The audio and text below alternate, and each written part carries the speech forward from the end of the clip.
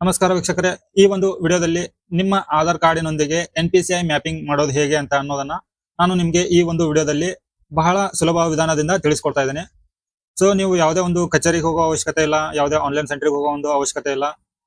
ಹಾಗೆ ವಿಚಾರ ಮಾಡಿದ್ರೆ ಕೆಲವೊಂದು ಬ್ಯಾಂಕ್ಗಳಿಗೆ ನೀವು ಹೋಗುವಂತ ಒಂದು ಅವಶ್ಯಕತೆ ಇಲ್ಲ. ನೀವು ಖುದ್ದಾಗಿ ಮೊಬೈಲ್ ನಲ್ಲೂ ಆದ್ರೂ ಆಗಿರ್ಬೋದು ಅಥವಾ ಕಂಪ್ಯೂಟರ್ ನಲ್ಲಿ ಆಗಿರ್ಬೋದು, ನೀವು NPCI ಮ್ಯಾಪಿಂಗ್ ಅನ್ನ ಮಾಡ್ಕೋಬಹುದು, ನೀವೇ ಖುದ್ದಾಗಿ ಮಾಡ್ಕೋಬಹುದು. ಆದ್ರೆ ಇಲ್ಲಿ ಒಂದು ಏನು ಕಂಡೀಷನ್ ಅಂತಂದ್ರೆ, ನಿಮ್ಮ ಆಧಾರ್ ಕಾರ್ಡಿಗೆ ಮೊಬೈಲ್ ನಂಬರ್ ಲಿಂಕ್ ಇರಬೇಕು. ಅದೇ ಮೊಬೈಲ್ ನಂಬರು ನಿಮ್ಮ ಬ್ಯಾಂಕಿಗೂ ಕೂಡ ಲಿಂಕ್ ಇರಬೇಕು. ಹಾಗಿದ್ರೆ ಮಾತ್ರ NPCI ಮ್ಯಾಪಿಂಗು ನಿಮ್ಮ ಆಧಾರ್ ಕಾರ್ಡ್ ನೊಂದಿಗೆ ಆಗುತ್ತೆ.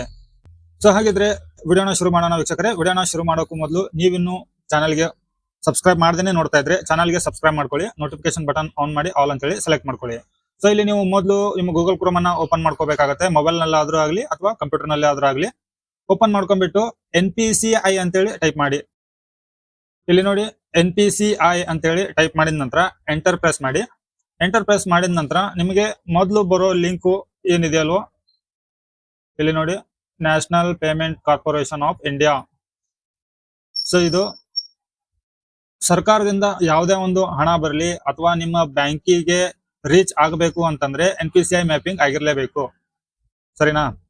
ನಿಮ್ಮ ಆಧಾರ್ ಕಾರ್ಡ್ ನಂಬರ್ ಅಷ್ಟೇ ಕೇಳ್ತಾರೆ ಹೊರತು ಇಲ್ಲಿ ಯಾವುದೇ ತರ ನಿಮ್ಮ ಬ್ಯಾಂಕ್ ಖಾತೆಯನ್ನ ಕೇಳೋದಿಲ್ಲ. NPCI ಮ್ಯಾಪಿಂಗ್ ಆಗಿತ್ತಂತಂದ್ರೆ, ಫಾರ್ ಎಕ್ಸಾಂಪಲ್ ನೀವೇನಾದ್ರೂ ಇವಾಗ ಗೃಹಲಕ್ಷ್ಮಿ ಯೋಜನೆಗೆ, ಅನ್ನಭಾಗ್ಯ ಯೋಜನೆಗೆ ಅರ್ಜಿಯನ್ನ ಸಲ್ಲಿಸಿದ್ರೆ ಅಲ್ಲಿಂದ ಒಂದು ಹಣ ಬರ್ತಾ ಇರುತ್ತಲ್ವಾ. ಫಾರ್ ಎಕ್ಸಾಂಪಲ್ ನಾನು ಹೇಳ್ತಾ ಇರೋದು, ಅಲ್ಲಿಂದ ಬರುವಂತಹ ಒಂದು ಹಣ ಆಧಾರ್ ಕಾರ್ಡಿಗೆ ಯಾವ್ದು ಲಿಂಕ್ ಆಗಿದೆಯೋ ಬ್ಯಾಂಕು, ಆ ಒಂದು ಬ್ಯಾಂಕ್ ಖಾತೆಗೆ ನಿಮ್ಮ ಹಣ ಜಮಾ ಆಗುತ್ತೆ. ಸೊ ಇದು ಸಿಂಪಲ್ ಆಗಿ ತಿಳ್ಕೊಳ್ಳುವಂತದ್ದು. ಸೊ ಇವಾಗ ನೋಡಿ ಈ ಒಂದು ಲಿಂಕ್ ಮೇಲೆ ಕ್ಲಿಕ್ ಮಾಡ್ಕೊಳ್ಳಿ. ಇಲ್ಲಿ ನೋಡಿ ಗೌರ್ಮೆಂಟ್ ವೆಬ್ಸೈಟ್ ಓಪನ್ ಆಗುತ್ತೆ. ಈ ಒಂದು ಪೋರ್ಟಲ್ ನಲ್ಲಿ ಇಲ್ಲಿ ನೋಡಿ NPCI ಅಂತ ಹೇಳಿ ಬಂದಿದೆ, national payment of corporation of India ಅಂತ ಹೇಳಿ. ಸೊ ಇಲ್ಲಿ 6 ಟ್ಯಾಬ್ಗಳು ಕಾಣ್ತಾ ಇದೆ. ಈ ಒಂದು 6 ಟ್ಯಾಬ್ ನಲ್ಲಿ ಎರಡನೇ ಟ್ಯಾಬ್ ಏನಿದೆ ಅಲ್ವಾ, ಕನ್ಸ್ಯೂಮರ್ ಅಂತ ಹೇಳಿ, ಈ ಕನ್ಸ್ಯೂಮರ್ ಅನ್ನೋ ಒಂದು ಟ್ಯಾಬ್ ಮೇಲೆ ಕ್ಲಿಕ್ ಮಾಡ್ಕೋಬೇಕಾಗತ್ತೆ. ಇದರ ನಂತರ ಇಲ್ಲಿ ನೋಡಿ UPI ಕಂಪ್ಲೇಂಟ್ಸ್, ಇಲ್ಲಿ ನಿಮ್ಗೆ ಬೇಕಾದಷ್ಟು ಓದ್ಲಿಕ್ಕೆ ಸಿಗುತ್ತೆ, ಇದನ್ನ ಬಿಡಿ. ಇಲ್ಲಿ ನೋಡಿ ಕೊನೆಯದಾಗಿ ನಿಮ್ಗೆ ಒಂದು ಆಪ್ಷನ್ ತೋರಿಸ್ತಾ ಇದೆ, ಭಾರತ್ ಆಧಾರ್ ಸೀಡಿಂಗ್ ಎನೇಬಲರ್ ಬೇಸ್ ಅಂತೇಳಿ. ಸೊ ಈ ಒಂದು ಭಾರತ್ ಆಧಾರ್ ಸೀಡಿಂಗ್ ಎನೇಬಲರ್ ಅನ್ನೋ ಒಂದು ಆಪ್ಷನ್ ಮೇಲೆ ಕ್ಲಿಕ್ ಮಾಡ್ಕೊಳ್ಳಿ. ಈ ಒಂದು ಪೋರ್ಟಲ್ಗೆ ನಾವು ಬಂದಿದ್ದೀವಿ. ಈ ಒಂದು ಪೋರ್ಟಲ್ಗೆ ಬಂದ ನಂತರ ಈ 8 ನಿಮಿಷ ಟೈಮ್ ಸಿಕ್ಕಿರುತ್ತೆ ಇಲ್ಲಿ ನಿಮ್ಮ ಒಂದು ಆಧಾರ್ ಕಾರ್ಡಿಗೆ ಬ್ಯಾಂಕ್ ಸೀಡಿಂಗ್ ಮಾಡ್ಬೇಕು ಅಂತಂದ್ರೆ. ಸೊ ಇವಾಗ ನಾವು ಈ ಒಂದು ಪೋರ್ಟಲ್ಗೆ ಬಂದ ನಂತರ ಇಲ್ಲಿ ನೋಡಿ ಫಸ್ಟ್ ನಿಮ್ಮ ಆಧಾರ್ ಕಾರ್ಡು ಮ್ಯಾಪಿಂಗ್ ಸ್ಟೇಟಸ್ ಅನ್ನ ನೀವು ಚೆಕ್ ಮಾಡ್ಕೋಬೇಕಾಗತ್ತೆ. ಇಲ್ಲಿ ನೋಡಿ ಆಧಾರ್ ಮ್ಯಾಪ್ಡ್ ಸ್ಟೇಟಸ್, ಇದ್ರ ಮೇಲೆ ಕ್ಲಿಕ್ ಮಾಡ್ಕೊಳ್ಳಿ.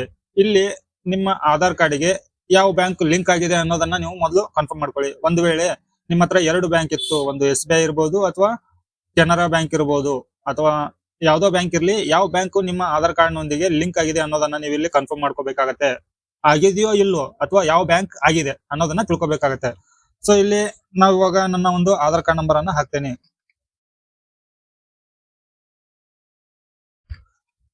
ಇಷ್ಟು ಹಾಕಿದ ನಂತರ ಇಲ್ಲಿ ನೋಡಿ ಇಲ್ಲಿ ಕಾಣ್ತಾ ಇರುವಂತ ಕ್ಯಾಪ್ಚನ್ ಇಲ್ಲಿ ಹಾಕಿಬಿಟ್ಟು ಚೆಕ್ ಸ್ಟೇಟಸ್ ಮೇಲೆ ಕ್ಲಿಕ್ ಮಾಡ್ಕೊಳ್ಳಿ. ನಿಮ್ಮ ಆಧಾರ್ ಕಾರ್ಡಿಗೆ ಲಿಂಕ್ ಇರುವಂತ ರಿಜಿಸ್ಟರ್ ಮೊಬೈಲ್ ನಂಬರ್ಗೆ OTP ಬರುತ್ತೆ.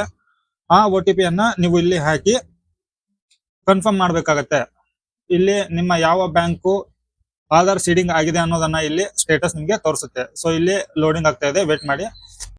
ಇಲ್ಲಿ ನೋಡಿ ಇದು ನಿಮ್ಮ ಆಧಾರ್ ಕಾರ್ಡ್ ನಂಬರು, ಕೊನೆಯ 4 ನಂಬರ್ ನಿಮ್ಗೆ ಇಲ್ಲಿ ಶೋ ಆಗ್ತಾ ಇದೆ. Mapping status enabled for DBT ಅಂತಂದ್ರೆ ಡೈರೆಕ್ಟ್ ಬೆನಿಫಿಷಿಯರಿ ಟ್ರಾನ್ಸ್ಫರ್ ಅಂತಂದ್ರೆ ಸರ್ಕಾರದಿಂದ ಹಣ ಯಾವುದೇ ಬರೋದಿದ್ರು ಕೂಡ ಈ ಒಂದು ಬ್ಯಾಂಕಿಗೆ ಹಣ ಟ್ರಾನ್ಸ್ಫರ್ ಆಗುತ್ತೆ ಅಂತ ಹೇಳಿ ಕೊಟ್ಟಿದ್ದಾರೆ. ಸೊ ಇಲ್ಲಿ ನಿಮ್ಮ ಬ್ಯಾಂಕು ಯಾವ್ದು ಅನ್ನೋದು ಇಲ್ಲಿ ಡಿಸ್ಪ್ಲೇ ಆಗ್ತಾ ಇದೆ ನೋಡಿ. ಈ ಒಂದು ಆಧಾರ್ ಸೀಡಿಂಗ್ ಯಾವಾಗ ಆಗಿದೆ ಅನ್ನೋದು ಕೂಡ ಇಲ್ಲಿ ನಿಮ್ಗೆ ಡೀಟೇಲ್ ಕೊಟ್ಟಿರ್ತಾರೆ. ಸೊ ಇಷ್ಟು ಮಾಹಿತಿಯನ್ನ ನೀವು ತಿಳ್ಕೊಬೇಕಾಗತ್ತೆ. ಒಂದು ವೇಳೆ ಇಲ್ಲಿ ನಿಮ್ದೇನಾದ್ರೂ ಆಧಾರ್ ಕಾರ್ಡು ಸೀಡಿಂಗ್ ಆಗದೇ ಇದ್ರೆ ಎನೇಬಲ್ಡ್ ಫಾರ್ DBT ಅಂತ ಇದೆ ಅಲ್ವಾ, ಇಲ್ಲಿ ನಾಟ್ ಎನೇಬಲ್ಡ್ ಫಾರ್ DBT ಅಂತ ಹೇಳಿ ಬರುತ್ತೆ. ಇದರ ನಂತರ ಇಲ್ಲಿ ನಿಮ್ಮ ಬ್ಯಾಂಕು ನಿಲ್ ಆಗಿರುತ್ತೆ, ಖಾಲಿ ಇರುತ್ತೆ. ಇಲ್ಲಿ ಯಾವುದೇ ತರ ಈ ಡೇಟ್ಗಳು ನಿಮ್ಗೆ ಶೋ ಆಗ್ತಾ ಇರೋದಿಲ್ಲ. ಸರಿನಾ? ಸೊ ಇವಾಗ ನಾವು ಸ್ಟೇಟಸ್ ಅನ್ನ ತಿಳ್ಕೊಂಡ್ವಿ. ಇವಾಗ ಒಂದ್ ವೇಳೆ ನಮ್ಮ ಬ್ಯಾಂಕು ಆಧಾರ್ ಕಾರ್ಡ್ ಸೀಡಿಂಗ್ ಆಗಿಲ್ಲ ಅಂತಂದ್ರೆ ಯಾವ ತರ ಆಧಾರ್ ಸೀಡಿಂಗ್ ಮಾಡೋದು ಅಂತ ಅನ್ನೋದನ್ನ ತಿಳ್ಕೊಳ್ಳೋಣ. ಇಲ್ಲಿ ನೋಡಿ ಪಕ್ಕದಲ್ಲಿ ಆಧಾರ್ ಸೀಡಿಂಗ್ ಅಥವಾ ಡಿ ಸೀಡಿಂಗ್ ಅಂತ ಇದೆ. ಕನ್ಫರ್ಮ್ ಮೇಲೆ ಕ್ಲಿಕ್ ಮಾಡ್ಕೊಳ್ಳಿ. ಇಲ್ಲಿ ನೋಡಿ ನಿಮ್ಗೆ ಈ ತರ ಒಂದು ನೆಕ್ಸ್ಟ್ ಫಾರ್ಮ್ ಓಪನ್ ಆಗುತ್ತೆ. ಇಲ್ಲಿ ನೋಡಿ request for Aadhaar seeding or deseeding ಅಂತ ಹೇಳಿ ಕೊಟ್ಟಿದ್ದಾರೆ. ಈ ಒಂದು ಫಾರ್ಮ್ ಇಲ್ಲಿ ಓಪನ್ ಆಗಿದೆ. 4 ನಿಮಿಷ ಟೈಮ್ ಇರುತ್ತೆ ಈ ಒಂದು ಫಾರ್ಮ್ ಅನ್ನ ಫಿಲ್ ಅಪ್ ಮಾಡ್ಲಿಕ್ಕೆ ನೀವು. ಸೊ ಇಲ್ಲಿ ನಿಮ್ಮ ಒಂದು 12 ಅಂಕಿಯ ಆಧಾರ್ ಕಾರ್ಡ್ ನಂಬರ್ ಅನ್ನ ಹಾಕ್ಬೇಕಾಗತ್ತೆ. ನಂತರ ಇಲ್ಲಿ ರಿಕ್ವೆಸ್ಟ್ ಫಾರ್ ಆಧಾರ್ ಅಂತ ಇದೆ ನೋಡಿ, ಇಲ್ಲಿ ಸೀಡಿಂಗ್ ಇದೆ ಮತ್ತೆ ಡಿ ಸೀಡಿಂಗ್ ಇದೆ. ಇವಾಗ ನಾವು ನಮ್ಮ ಆಧಾರ್ ಕಾರ್ಡಿಗೆ ಬ್ಯಾಂಕ್ ಸೀಡಿಂಗ್ ಅನ್ನ ಮಾಡಬೇಕಾಗಿದೆ. ಸೊ ಹಾಗಾಗಿ ಸೀಡಿಂಗ್ ಅಂತ ಹೇಳಿ ಕ್ಲಿಕ್ ಮಾಡ್ಕೊಂಡು ಇದರ ನಂತರ ಇಲ್ಲಿ ನೋಡಿ ಸೆಲೆಕ್ಟ್ ಯುವರ್ ಬ್ಯಾಂಕ್ ಅಂತ ಇದೆ.